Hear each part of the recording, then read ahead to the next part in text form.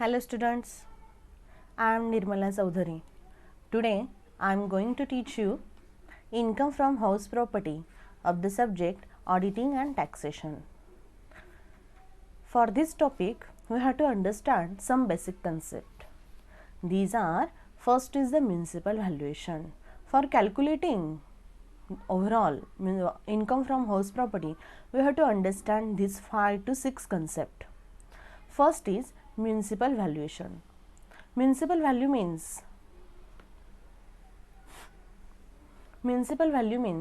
the value which is determined by municipal authorities for charging municipal tax.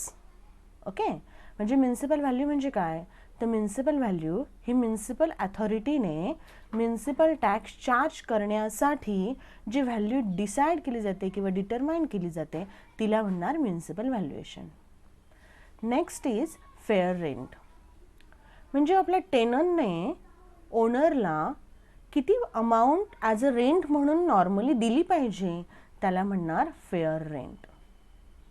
Standard rent म्हणजेच rent control act नुसार जी ठरलेली जी रेंटची amount असेल, म्हणजे इथे स्टँडर्ड रेंट म्हणजे काय की इथे रेंट कंट्रोल ॲक्ट ॲप्लिकेबल केलं जातं आणि त्यानुसार जी ठरलेली अमाऊंट असेल म्हणजे त्या ॲक्टने जी ठरवलेली रेंटची जी अमाऊंट असेल त्याला म्हणणार आहोत स्टँडर्ड रेंट.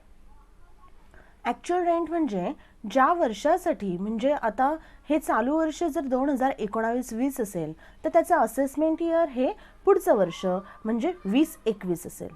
तर आपण 2021मध्ये जर आपण 2021मध्ये जर आपण टॅक्सेशनचं सगळं कॅल्क्युलेशन करत असेल तर नक्कीच त्याचं लास्टली म्हणजे 19-20मध्ये हे ॲक्च्युअल रेंट म्हणजे त्या पिरियडसाठी, त्या 12 महिन्यांसाठी आपलं घर आपण कोणा दुसऱ्या टेनंटला आपण रेंटने दिलेलं असेल तर त्या 12 मंथसाठी दिलं जाणारं रेंट म्हणजेच त्याला म्हणणार आहोत आपण ॲक्च्युअल रेंट. पुढचं आलं अनरिअलाइज रेंट. म्हणजेच ज्या पिरियडसाठी काही विशिष्ट अमाऊंट ही रेंटची ओनरने रिअलाइज करू शकला नाही म्हणून त्याला म्हटलेलं आहे अनरिअलाइज रेंट. व्हॅकन्सी म्हणजे 12 महिन्यांपैकी जर काही विशिष्ट पिरियडसाठी म्हणजे 2 महिने 4 महिने काही विशिष्ट स्पेसिफिक पिरियडसाठी जर आपलं घर, तो फ्लॅट, ती रूम म्हणजे ते घर जर आपलं व्हॅकंट असेल, खाली असेल तर आपल्याला त्याच्यावरती रेंट मिळेल का? नाही. म्हणून ही व्हॅकंट म्हणजे ते व्हॅकंट आहे त्यावेळेला ओनरला ते रेंट मिळत नाही म्हणून त्याला म्हणतो आपण लॉस ऑफ व्हॅकन्सी. इथे एक छोटासा प्रॉब्लेम डिस्प्ले केलेला आहे. First is the municipal valuation, fair rent, standard rent, actual rent, unrealise rent for the previous year 2019-20. Period of vacancy दिलेली म्हणजे 1 महिना ते घर पूर्णपणे खाली होतं आणि इंटरेस्ट ऑन लोनची अमाऊंट दिली आहे. इथे 2 कॉलम दिलेले आहेत. म्हणजे आपल्या क्वेश्चन पेपरमध्येच प्रश्नपत्रामध्येच आपल्याला 2 कॉलम दिले आहेत. पहिला आला लेट आउट आणि दुसरा आला सेल्फ ऑक्युपाईड प्रॉपर्टी. म्हणजे ज्या घरामध्ये आपण स्वतः राहतो त्याला म्हणणार सेल्फ ऑक्युपाईड हाऊस प्रॉपर्टी. एक व्यक्ती ॲट अ टाईम 2-2, 4-4 घरात राहू शकतो का? नाही. तर तो ह्या एका घरामध्ये राहतोय म्हणून त्याला म्हटलं आहे सेल्फ ऑक्युपाईड प्रॉपर्टी. पण मात्र त्याने एक फ्लॅट किंवा एक घर त्याने भाड्याने दिलेलं आहे, that is the let out property. म्हणून ते लेट आउट भाड्याने दिलेलं आहे. आणि इन्कम फ्रॉम हाऊस प्रॉपर्टीमध्ये नेहमी आपल्याला लेट आउटचा विचार करावा लागतो की लेट आउट म्हणजे भाड्याने दिल्यानंतर त्यापासून ह्या ओनरला किती इन्कम मिळालेलं असेल तर हे त्यामध्ये एक्सप्लेन केलेलं असतं. आणि सेल्फ ऑक्युपाईड प्रॉपर्टी आणि लेट आउट प्रॉपर्टीमधला एक डिफरन्स असा आहे की आता आपण पुढे याचा फॉर्मॅट बघणार आहोत की इन्कम फ्रॉम हाऊस प्रॉपर्टी कशी कॅल्क्युलेट करावी, कोणत्या पद्धतीने त्याचं कॅल्क्युलेशन करावं. तर त्यामध्ये जेव्हा आपण कॅल्क्युलेशन करणार तर तो फॉर्मॅट मी आधी तुमच्यासमोर दाखवते आणि मग मी तुम्हाला हे याचं कॅल्क्युलेशन डिस्प्ले करते. ओके.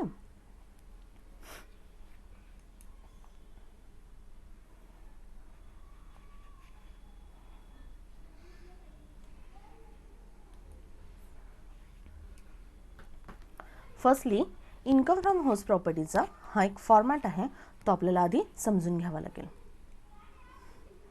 मी वरती लिहिते इन्कम फ्रॉम हाऊस प्रॉपर्टी.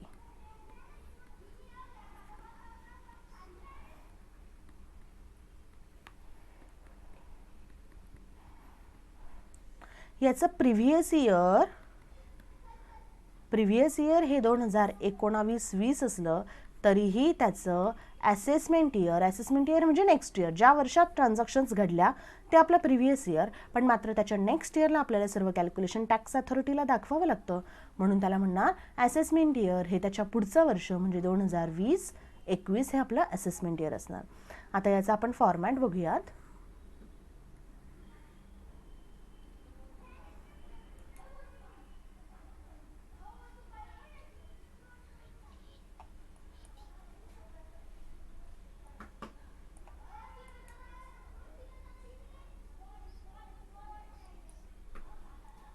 याचा आपण कधी फॉर्मॅट बघणार आहोत. आपल्याकडे 2 प्रॉपर्टी त्यांनी दिलेल्या होत्या, त्या 2 प्रॉपर्टीसाठी आपण 2 कॉलम करणार आहोत, म्हणजे 2 प्रॉपर्टीचे 2 कॉलम. 2 प्रॉपर्टी म्हणजे 2 हाऊसेस दिलेले आहेत. त्यातलं फर्स्ट हाऊस होतं ते लेट आउट होतं, ओके, आणि सेकंड जे हाऊस होतं ते सेल्फ ऑक्युपाईड होतं, म्हणजे तो त्या स्वतःच्या घरामध्ये तो स्वतः राहिलेला आहे. इथे येणार आपलं पर्टिक्युलर, जसं प्रश्नात दिलेलं आहे सेम त्याच पद्धतीने पर्टिक्युलर लेट आउट म्हणजे तो फ्लॅट आपण रेंटने दिलेला आहे, आणि सेकंड आलं सेल्फ ऑक्युपाईड की आपण त्या घरामध्ये तो व्यक्ती म्हणजे तो ओनर त्यामध्ये तो राहिलेला आहे. तर आपल्याला सगळ्यात आधी म्युनिसिपल व्हॅल्यू फेअर अँड आता इथे फॉर्मॅट लिहिताना मी ऑलरेडी तिथलेच कॅल्क्युलेशन तुम्हाला करून दाखवते, म्हणजे आपण डायरेक्टली इथे करू शकतो. तर पहिल्यांदा सिक्वेन्स ठरवत असताना म्युनिसिपल व्हॅल्यू फेअर रेंट म्हणजे ऑलरेडी इथे मी मागे दाखवलेलं आहे की सिक्वेन्सनंच दाखवायचं, म्हणजे पहिला नंबर जो येणार तो कंपल्सरी आपला हा म्युनिसिपल व्हॅल्यूज येणार, सेकंड फेअर रेंटच येणार, थर्ड स्टँडर्डच येणार, फोर्थ ॲक्च्युअल येणार, फिफ्थ अनरिअलाइज येणार, आणि 6 पिरियड ऑफ वॅकन्सी येणार. म्हणजे क्वेश्चन पेपरमध्ये काहीही असू देत, हे खालतीवरती जरी असलं तरी चालेल, पण मात्र आन्सर शीटमध्ये आपल्याला लिहिताना फर्स्ट नंबर म्युनिसिपल व्हॅल्यूज लिहायचे, second fair rent, third standard rent, fourth actual rent, fifth unrealise rent, आणि लास्ट आपल्याला लिहायचं आहे period of vacancy, not the period of vacancy, पण त्याची आपल्याला अमाऊंट कॅल्क्युलेट करून लिहायची. ठीक आहे, तर आता आपण पुढे फॉर्मॅट बघूयात आणि ह्याचं कॅल्क्युलेशन आपण इथेच करून घेऊयात आणि नेक्स्टमध्ये आपण शॉर्टली त्याचं कॅल्क्युलेशन दाखवूयात. तर ह्या फॉर्मॅटमध्ये कसं आहे म्हणजे municipal value, fair rent, standard rent, actual rent, unrealise rent आणि पिरियड ऑफ वॅकन्सी म्हणजे अमाऊंट वजा करून आलेलं जे उत्तर असेल ग्रॉस ॲन्युअल व्हॅल्यू म्हणणार आहोत आपण. म्हणजे हे सगळं कॅल्क्युलेशन आपल्याला इथे डिस्प्ले करायचं आहे की जे मी तुम्हाला मागे दाखवते ते सगळं कॅल्क्युलेशन आपल्याला इथे डिस्प्ले करायचं आहे. ओके, त्याला म्हणणार ग्रॉस ॲन्युअल व्हॅल्यू. त्यातनं आपल्याला म्युनिसिपल टॅक्स वजा करावा लागतो.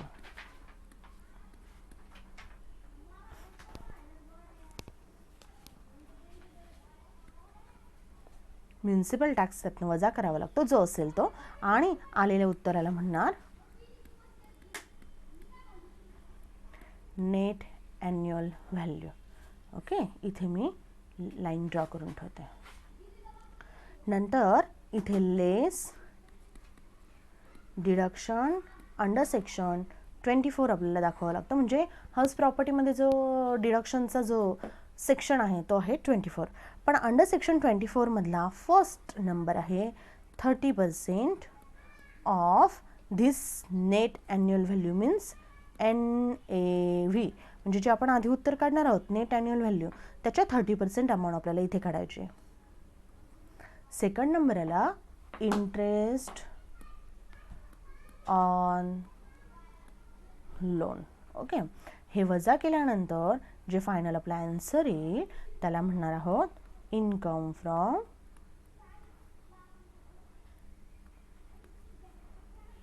House property.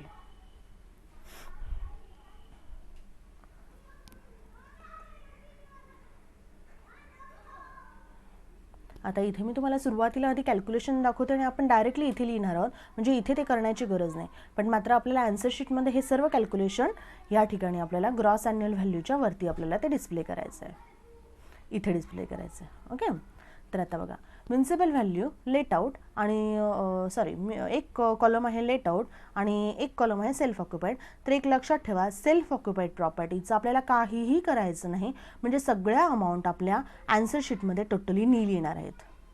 म्हणजे थोडक्यात म्युनिसिपल व्हॅल्यू नील, फेअर रेंट नील, स्टँडर्ड रेंट नील, ॲक्च्युअल रेंट नील, हे सगळं नील येणार आहे. त्यामुळे आपल्याला इथे जरी प्रश्नपत्रिकेत अमाऊंट दिलेली असली तरीही मात्र आपल्याला इथे ॲन्सर शीटमध्ये या सगळ्या अमाऊंट नील लिहित आपल्याला ग्रॉस ॲन्युअल व्हॅल्यू ही ऑलवेज आपली नील येते. म्हणजे म्युन्सिपल सेल्फ ऑक्युपाईड प्रॉपर्टीसाठी जेवढे त्यांनी वर्ड्स दिलेत, म्हणजे municipal value, fair rent, standard rent, actual rent, unrealise, जे पण असेल त्यांनी ज्या शब्दांच्या अमाऊंट दिलेल्या असतील त्या संपूर्ण अमाऊंट आपल्याला सेल्फ ऑक्युपाईड प्रॉपर्टीसाठी आपल्याला नील घ्यायच्या आहे. का घ्यायच्या? कारण आपण त्या स्वतःच्या घरात राहिलो तर आपण कोणतं रेंट देणार का? आपण स्वतःच आपल्या घराचे ओनर आहोत तर आपण कोणाला रेंट देणार का? नाही. म्हणून सेल्फ ऑक्युपाईड प्रॉपर्टीसाठी हे सर्व अमाऊंटच्या सर्व वर्ड्स म्हणजे जे रेंट मागे आपण बघितलेत त्या सगळ्यांची अमाऊंट इथे नील येणार आहे. ठीक आहे. मग अमाऊंट येणार कोणाची? तर फक्त लेट आउटची, कारण ती प्रॉपर्टी आपण लेट आउट नाही देतो, भाड्याने देतो, मग त्यावरती आपल्याला रेंट मिळालं पाहिजे म्हणून ती आपली लेट आउट प्रॉपर्टी. तर आता बघा, हे आपल्याला ही जी आहे हे एवढ्यापासून एवढी अमाऊंट आपल्याला सर्व अमाऊंट काय घ्यायची आन्सरमध्ये? नील नील नील. म्हणजे अमाऊंट दिलेली असो किंवा नसो आपल्याला अमाऊंट सगळी काय घ्यायची? तिथे जाऊन आन्सरमध्ये सर्व नील. म्हणजे अमाऊंट झिरोच येणार सेल्फ ऑक्युपाईड प्रॉपर्टीची, कारण कोणतं आपण रेंट पेडच करत नाही, कारण आपण स्वतःच्या घरात राहतो. पण मात्र लेट आउट प्रॉपर्टीसाठी आपल्याला इथे म्युन्सिपल व्हॅल्यू दिली 360, फेअर रेंट दिलं आहे, स्टँडर्ड रेंट. हा सिक्वेन्स ऑलरेडी आपण आधी लावून घ्यायचा आहे. ओके, त्यानंतरच आपल्याला आन्सर जमणार आहे. पण हे जर सिक्वेन्स चुकलं तर आपलं उत्तर चुकू शकते. तर आता बघा, मी ॲरोने दाखवते. हा पहिल्यांदा म्युन्सिपल व्हॅल्यू दिलेली तुम्हाला 3,60,000, फेअर रेंट दिलेला आहे 3,70,000. तर आता आपण बघूया या दोन अमाऊंटमधली सगळ्यात मोठी अमाऊंट कोणती? तर यातली मोठी अमाऊंट म्हणजे आपल्याला काय दर्शवते? 3,70,000. ओके, आलेलं उत्तर म्हणजे आलेलं उत्तर कोणतं आपलं? 3,70,000. ते हा आलेलं उत्तर आणि पुढची संख्या यामध्ये कोणती छोटे उत्तर येणार? कोणती छोटी संख्या? तर ही आली आपली 3,70,000. म्हणजे आपलं उत्तर आलं, मी सध्या त्या उत्तराला गोल करून ठेवते, म्हणजे स्टँडर्ड रेंटपर्यंतच्या उत्तराला मी ब्लॉक करून ठेवते, गोल करून घेते, म्हणजे माझं सध्याचं ते आन्सर आहे. एवढं कळालं? तर बघा, मी पहिली अमाऊंट आहे कोणाची आहे ती ऑलरेडी मी सिक्वेन्स लिहून ठेवलेला आहे. पण 3,60,000 आणि 3,70,000 यातली कोणती मोठी अमाऊंट आहे? तर ती अमाऊंट आहे 3,70,000. आलेलं उत्तर म्हणजे कोणतं? 3,70,000. आलेलं उत्तर आणि ही पुढची संख्या म्हणजे 3,80,000 आणि आलेलं उत्तर 370, यातली छोटी संख्या कोणती? तर ती 3,70,000. Okay, got it. आता पुढचं दिलेलं आहे ॲक्च्युअल रेंट. ॲक्च्युअल रेंट म्हणजे त्या पिरियडसाठी 12 महिन्यासाठी 3,78,000 रुपयाचं रेंट त्या टेनंटने आपल्याला दिलं आहे. ते आलं 3,78,000. पण काही पिरियडसाठी त्या टेनंटने अमाऊंट दिली नसेल किंवा ओनर त्याच्याकडनं ती रेंट रिकवर करू शकला नाही, रिअलाइज करू शकला नाही, ती अमाऊंट आहे 15,700. ओके, म्हणजे तेवढी अमाऊंट जर मिळालीच नाही, अनरिअलाइज झाली, मग ह्या दोघी अमाऊंटची काय करायची? आपल्याला वजाबाकी म्हणून लेस करायचं. म्हणजे आपण कसं काढणार? 3,78,000 वजा 17,800 ही आपल्याला अमाऊंट काढायची. जर आपण ती अमाऊंट काढली तर आपला आन्सर येणार आहे 3,62,300. कशी काढली आपण?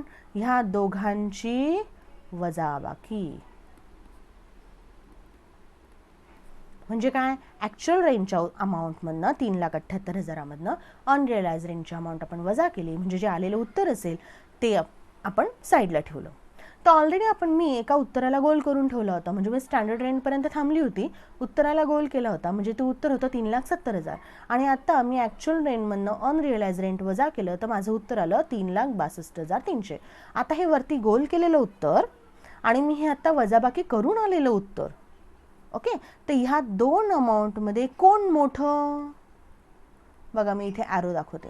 कोण मोठं या दोन उत्तरांमध्ये?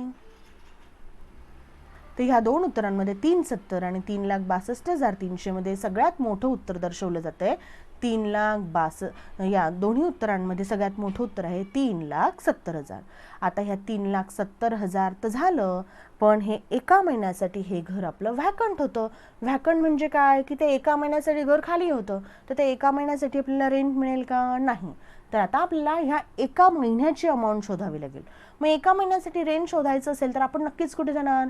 12 महिन्यासाठी 3,78,000 रुपये मिळतात टेनंटकडनं. तर एका महिन्याला किती? तर आपण कसं काढणार? 3,78,000 गुणिले 1/12.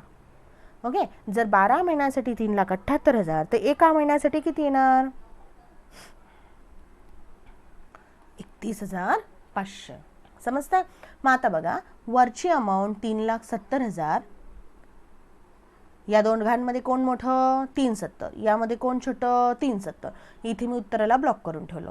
अनरिअलाइज रेंट, ॲक्च्युअल रेंटमधनं अनरिअलाइज रेंट मी वजा केलं, आलेलं उत्तर. मग अगोदरचं 3,70,000 आणि आत्ताचं आलेलं उत्तर, यामध्ये कोण मोठं?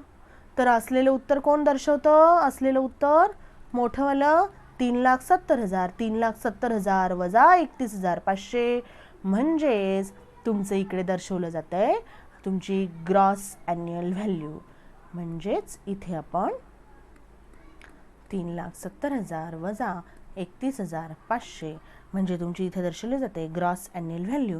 ती असणार आपली 3,38,500. समजताय? काय काय केलं आपण लास्टली हे सगळ्यात समजणं महत्त्वाचं आहे. पुढे आपण सहजपणे जाऊ शकतो. म्हणजे municipal value, fair, standard, actual, unrealise आणि पिरियड ऑफ, एवढं सगळं एका खाली एक लिहून घेतलं तर पहिल्या 2 अमाऊंटमध्ये कोण मोठं? आलेलं उत्तर आणि पुढची संख्या म्हणजे स्टँडर्ड रेटमध्ये कोण छोटं? आलेल्या उत्तराला मी गोल करून ठेवलं. ॲक्च्युअल रेंट आणि अनरिअलाइज रेंट ह्या उत्तराची मी वजाबाकी केली. वजाबाकी करून आलेलं उत्तर म्हणजे 3,62,300 आणि ऑलरेडी मी आधी गोल करून ठेवलेलं, राऊंड करून ठेवलेलं उत्तर 3,70,000. ह्या 2 उत्तरांमध्ये कोण मोठं? तर 3,70,000. बघा, मोठं छोटं. नंतर मी वजाबाकी केली. वजाबाकीचं उत्तर आणि आधीचं उत्तर यामध्ये कोण मोठं? तर ते उत्तर होतं माझं 3,70,000. पण मात्र मी जेव्हा व्हॅकंट पोझिशनकडे पोहोचली तर व्हॅकंटमध्ये 1 महिन्यासाठी घर रिकामं होतं. मग 12 महिन्यासाठी जर 3,78,000 ॲक्च्युअल रेंट मिळू शकतं तर एका महिन्यासाठी किती मिळू शकतं? तर म्हणून 3,78,000 गुणिले 1/12. 3,78,000 का घेतले? कारण ॲक्च्युअल रेंट आहे ते. मग अमाऊंट आली 31,500. आपण ऑलरेडी फायनल आन्सर काढलेलं होतं 3,70,000 वजा एका महिन्यासाठी त्या घराचं रेंट मिळालं नाही कारण व्हॅकंट होतं, त्याला 31,500.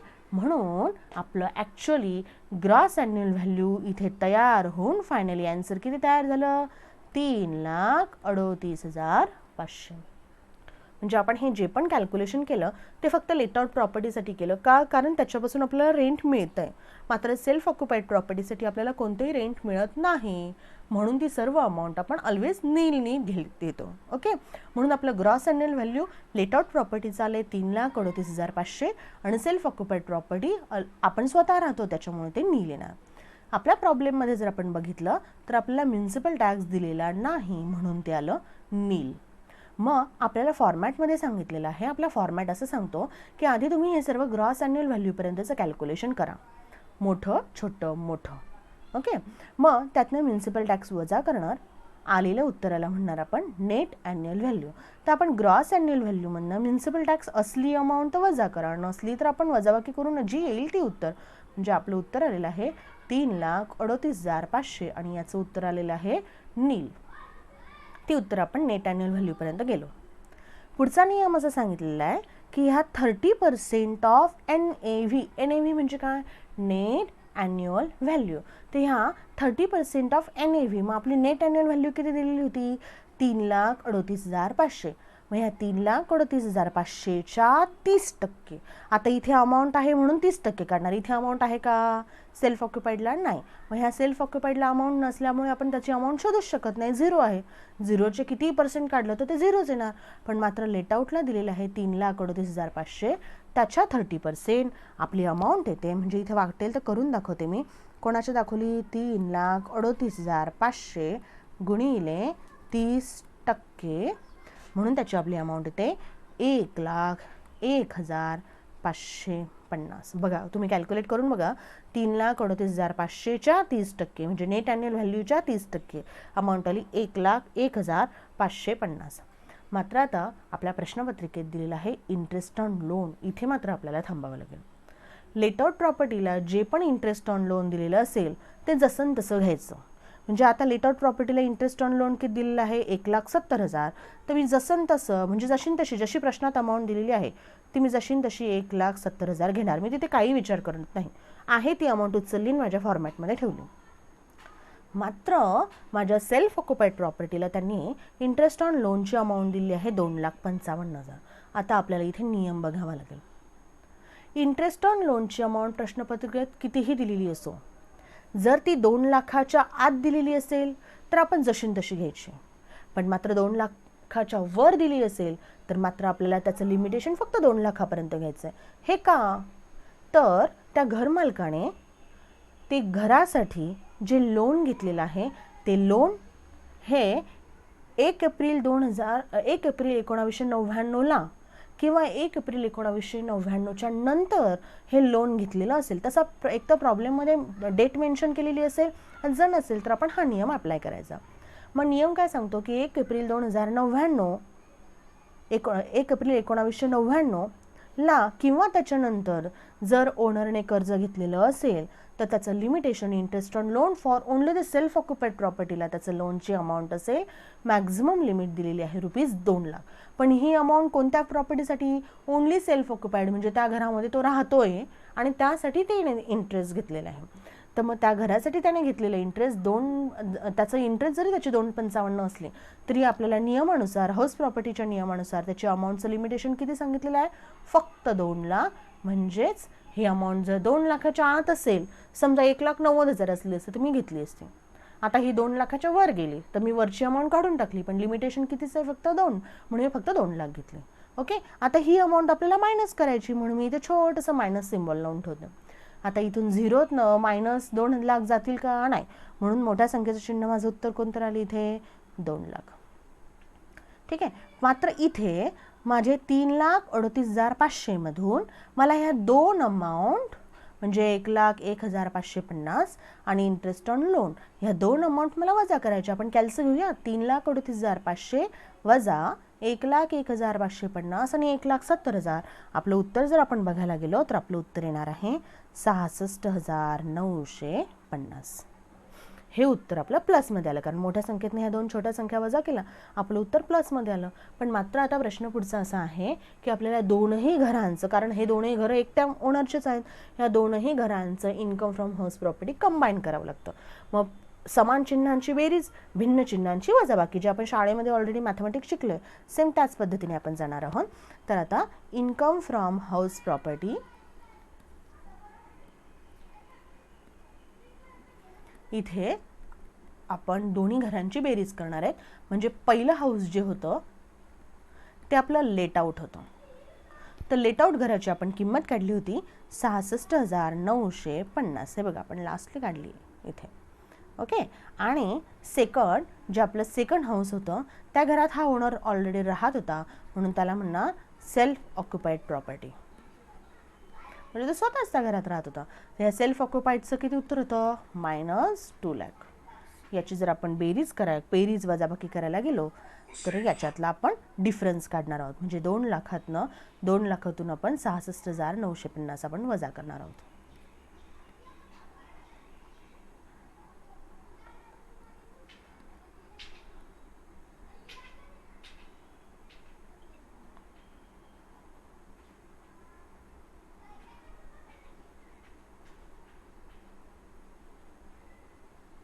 ओके, म्हणजे आपलं उत्तर काय आलं?